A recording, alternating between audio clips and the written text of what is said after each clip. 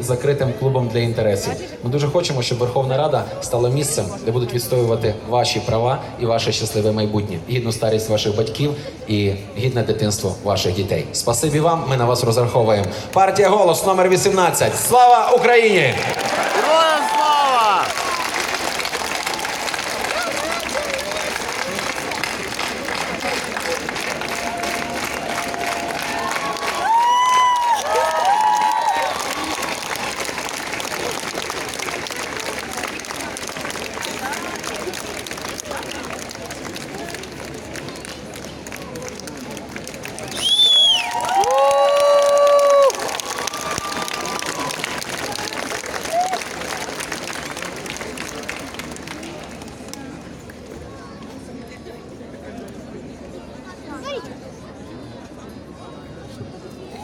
Доброго вечора, рідний Київ! Доброго вечора, Україна! Нас зараз показують на всю країну. Від сходу до заходу, від півдня до півночі.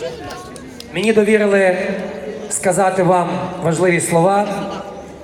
І, знаєте, я сьогодні не буду говорити політичних гасел. Їх було багато, багато було сказано. Мені здається, що важливі не гасла, важливі справи. Справ у нашої команди буде багато, і ви дуже швидко побачите, як ефективно, впевнено і самовіддано мої друзі по команді вміють працювати. Але успіх будь-якої справи, особливо великий успіх, приходить тільки тоді, коли ми маємо мрію, ради якої ми робимо цю справу. Колись, коли мені було 19 років, я був молодим студентом, яких тут дуже багато. Я собі відчув в собі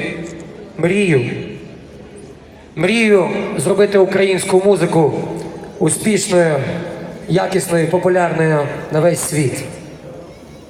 Ця мрія вела мене упродовж 25 років моєї кар'єри. І я думаю, що веде і зараз.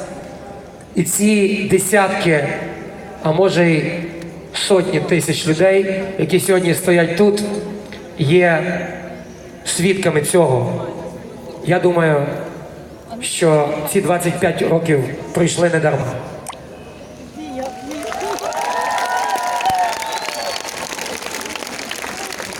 Але як громадянин України, як батько і син, як людина, яка ходить по цій землі, я маю ще одну велику мрію, як я впевнений, розділяють всі люди, які прийшли сьогодні і які дивляться з екранів. Уявіть собі, такий ранок, як сьогодні, красивий літній ранок, ви прокинулись, відкрили вікно, там свіже повітря, не забруднене, красивий парк. Ви вдихнули це повітря, ви йдете на роботу, ви усміхаєтесь, вам назустріч усміхнені люди. Ви не думаєте про те, як заплатити платіжки, тому що ви знаєте, що ваших зарплат вистачає на комфортне життя. Я мрію про це. Я мрію про те, щоб бізнесмен, який займається малим бізнесом, підприємець, не переживав за те, як і коли, а головне, скільки йому платити податків. він міг це зробити одним натиском на кнопці смартфону. І він, головне, знав, що ці податки справедливі, реальні, і кожна копійка з них йде на успіх держави. Я уявляю собі молоду маму, яка недавно народила дитину і яка не думає про те, в який дитячий садок і яким чином віддати своє маля, а знає точно, що в її районі їх є декілька, і вона може просто вибирати. Я мрію про це.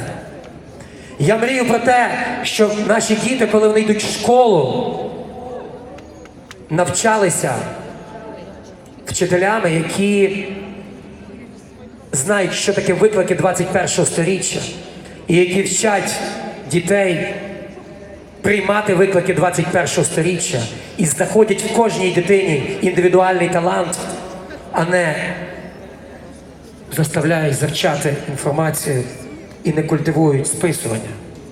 Я мрію про це. Я мрію про те, щоб українські університети були сильними, інноваційними, сучасними, проривними університетами, в які приїжджають молоді люди з інших країн, щоб навчатись тут, а наші студенти їдуть за кордон для того, щоб набути досвіду і повертатися в країну і змінювати її. Наприклад, створювати власні IT-стартапи, які розвивати успішно в Україні.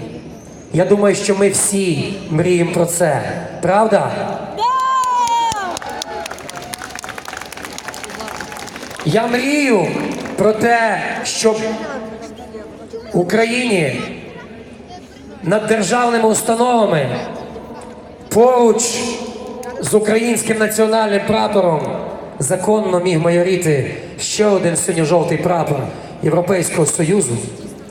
І я мрію про те, щоб Україна із Кримом, із Донбасом цілісна, захищена і безпечна, захищена одною з найсильніших і найшанованіших в світі армій, гордо йшла вперед і разом з своїми партнерами, законними легітимними партнерами по НАТО захищала справжні цінності. Я мрію про те, щоб українська національна ідея, наша мова, наша культура стала предметом гордості кожного українця від Харкова до Ужгорода, від Одеси до Чернігова, від Сімферополя до Рівного. Я мрію про те, щоб ми забули, що таке несправедливість, щоб судді стали синонімом слова справедливість, і судді стали справжніми моральними авторитетами для нас, а не кримінальними авторитетами, як дехто, на жаль, є сьогодні.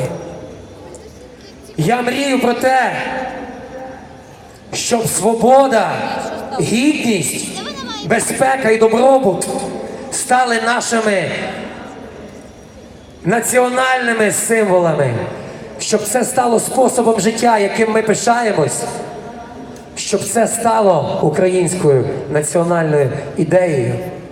І ми справді пишались тим, що всі ми створили ці умови. Я думаю, що всі ми мріємо про це.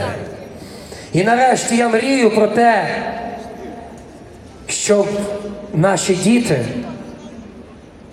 подякували нам за те, що ми створили для них в цій країні гідне життя, яким могли пишатись вони, наші діти, заради яких ми все це робимо. І я мрію, щоб коли ми виходили в світ, ми гордо, піднімаючи голову, казали: «Я з України», і всі з повагою і навіть якоюсь доброю людською заздрістю казали: вау, круто, ви з такої країни, якою може пишатись кожен. Круто, що ви там живете. Я мрію про те, щоб моя, ваша, щоб наша мрія здійснилась. І я знаю, і я вірю, я знаю, я впевнений, що це можливо. Наша команда знає, як втілити цю мрію в життя.